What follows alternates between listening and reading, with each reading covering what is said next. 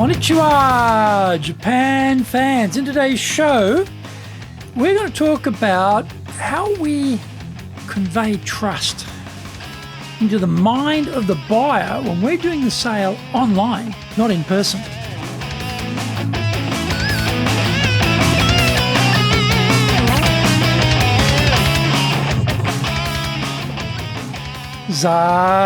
Eigyo desu. Sore dewa ikimashou. Let's get going. This is the Sales Japan Series podcast. We are beaming around the world, broadcasting around the world from the Beverly Hills of Japan, Minato-ku. Here in downtown Tokyo, it is chic central. I'm your host, Dr. Greg Story, your corporate coaching and training guide, committed to your success, the president of Dale Carnegie Training Japan, the best-selling author of Japan Sales Mastery and Japan Business Mastery. My job in this podcast is to help you survive COVID-19. Now, every week I say, you got feedback, you got preferences on topics, hey, let me know. Don't forget to rate, review, subscribe, and share, right? Well, here we are. This is episode number 200. Are we done? Is 200 enough? Got my book.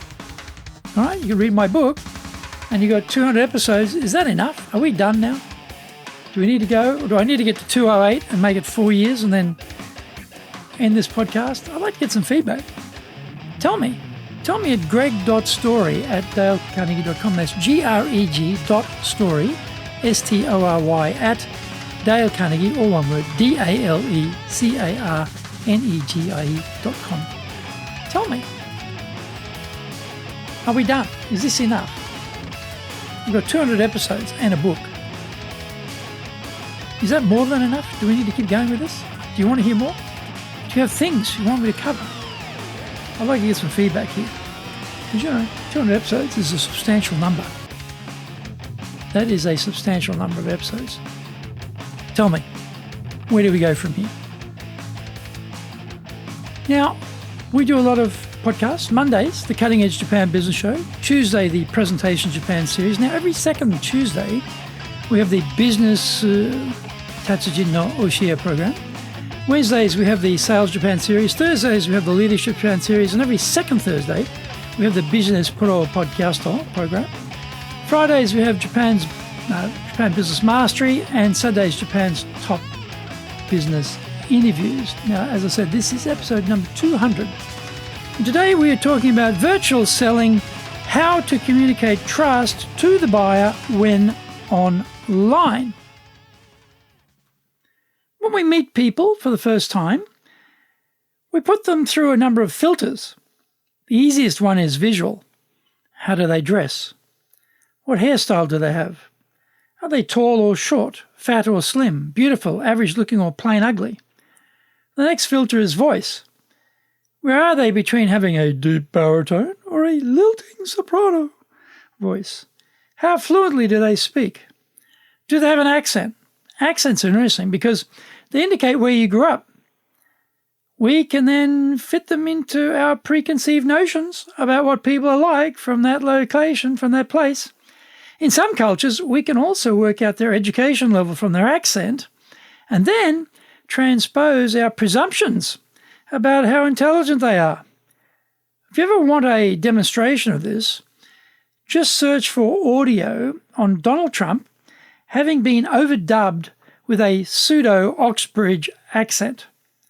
He often claims that he is a stable genius, but he actually sounds much more intelligent when you hear him with that dubbed posh accent.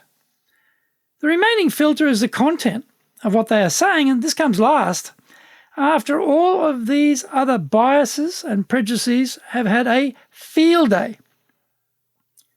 When we're online, we have to pay attention to a lot of factors which determine our first impression.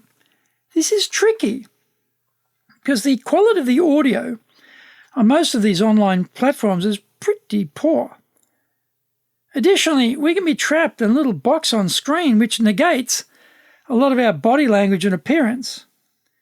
You may have heard that body language is the biggest proportion of our first impression with others. Fake news.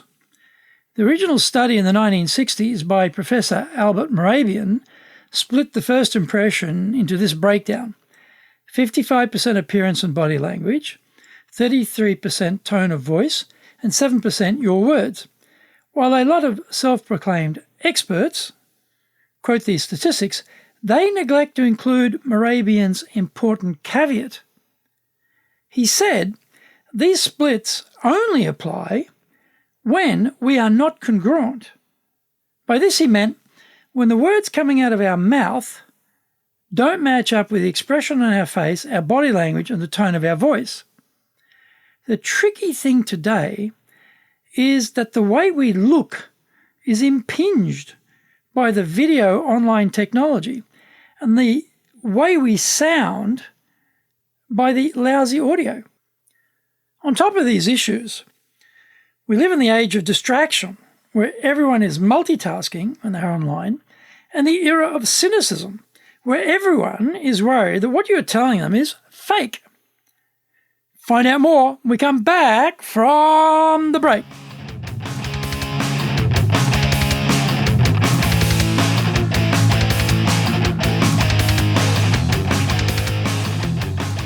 Our show today is brought to you by our public courses, but we also do custom in-house programs. We do these online, we do them in person in our super safe classroom, we do them in Japanese, we do them in English. Today's show is sponsored by, on the 2nd of September, Virtual Meetings that Engage, on the 3rd of September, and then repeated on the 8th of September by our preview program to the Virtual Selling course, which is coming up. On the 4th of September, we have Negotiations, a Human Relations Approach. And on the 10th and 11th of September, we have High Impact Presentations in the classroom. Get serious about selling in Japan. Buy my book, the bestseller, Japan Sales Mastery. This is the Bible for selling in Japan. You can get it on Amazon. If you want to know how to master business in Japan, you get my book on Amazon. That's Japan Business Mastery. Check out our website, enjapan.dalekani.com. If you like learning by watching videos, and we've got over 1,000, in fact, I think it's 1,010 or something like that, over there at Japan Dale Carnegie TV on YouTube. We release 3 TV shows every week on YouTube. The Cutting Edge Japan Business Show, the premier business show in Japan, every Monday. Fridays, we have the Japan Business Master Show, and on Saturdays, we release Japan's top business interviews, where I interview leaders from SMEs all the way up to the corporate captains of industry on the topic of leading in Japan. Every second Thursday, we release Business Pro Terebi, our other program on YouTube. Email me at greg.story@dalecarnegie.com to give me some feedback on whether we should pursue more episodes of this program.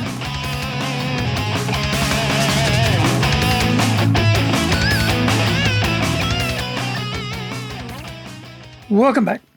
If we wanted to get across that we are reliable and credible, then we need to make sure we look into the camera lens on our computer, set at eye line height or slightly higher, rather than looking at them on the screen. If we look at the screen in front of us, it looks to the buyer like we're looking down on them. Sit up straight and slightly forward by about 10 to 15 degrees. This is the online equivalent of leaning into the buyer when they are speaking, just as we would were we face to face.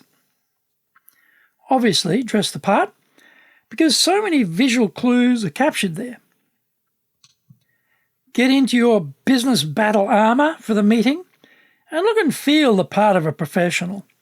Have additional lighting set up so that you are very clear on screen to the buyer. We don't buy things from people lurking around in the dark, so get those lights organized. Speak a little more slowly than usual because of the poor audio quality and the audio time lag. This sounds easy to do until you get excited about your product and start gushing about what a wonder it is and about the copious benefits for the buyer. you may find you really start ramping up your speaking speed. Also, wear a headset with a microphone. This is very important for you to be able to hear the buyer as clearly as possible. Don't speak in a monotone, where every word is given equal attention and strength in some lunatic verbal democracy. Hit keywords harder than the others to highlight these words are very important for the listener to take special note of. If we were in person, we could drop the strength out of these keywords as another means of bringing contrast to what we are saying. Unfortunately, in the online world, we have a hard enough time being heard, even at a strong volume, so forget whispering for effect. Speak with enthusiasm. In fact, raise your energy about 20% above normal to account for the draining effects of the camera and audio. People who regularly appear on television know this. They compensate for the camera diminishing their presence by ramping up their energy output. You will find that increasing your gesture frequency helps with raising your energy levels. We must also project total authority, belief, and sincerity. Eliminate all hesitation in your sales talk. No ums and ahs are allowed. I'll say that again. No ums and ahs are allowed. Sorry if I hurt your feelings, but these indicate you are uncertain about the thing you sell. We don't buy from people who sound like they are not 100% sold on their own product. Instead, replace these ums and ahs with pauses. The pause is a genius idea because it allows the buyer to catch up the audio lag, gives them the opportunity to digest what you've just said, and clears the decks for the next chapter of what you are explaining. In the online world, forging excellent first impressions is full of booby traps. These are unforced errors, and we need to account for them, avoid them, and convince the buyer to purchase from us.